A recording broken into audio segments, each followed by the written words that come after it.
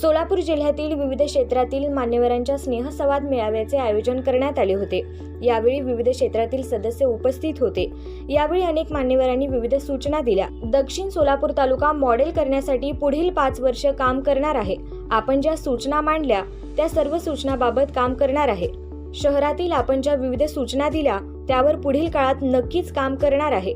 आपल्याकडे जे काही आहे, आपली ताकद काय आहे ते ओळखून त्यावर आपण चांगले काम करून जिल्हा समृद्ध करू।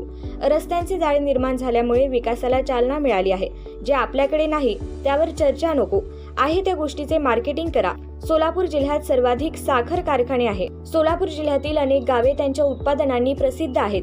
केळीसाठी आपला जिल्हा अग्रेसर आहे। सोलापूर हे मेडिकल हब होण्याच्या दिशेने आहे। अशी आपल्या जिल्ह्याची श्रीमंती असून त्यावर सर्वांनी चर्चा करायला हवी। धार्मिक पर्यटनातून सोलापूर जिल्ह्याचा विकास करावे। पंढरपूरचा विठोबा, बार्शीचे भगवंत, अक्कलकोटचे स्वामी समर्थ, सोलापूरचे सिद्धरामेश्वर यासह तुळजाभवानी, हत्तरसंघ कुडल याबरोबरच कृषी पर्यटनच्या माध्यमातून जिल्ह्यात प्रगती होत आहे। यापुढील काळात सर्वांच्या सहकार्याने गावे व जिल्हा समृद्ध करण्यासाठी प्रयत्न करूया, असे आवाहन आमदार सुभाष देशमुख यांनी केले। कार्यक्रम प्रसंगी अनेक ज्येष्ठ मान्यवरांनी मनोगत व्यक्त केले।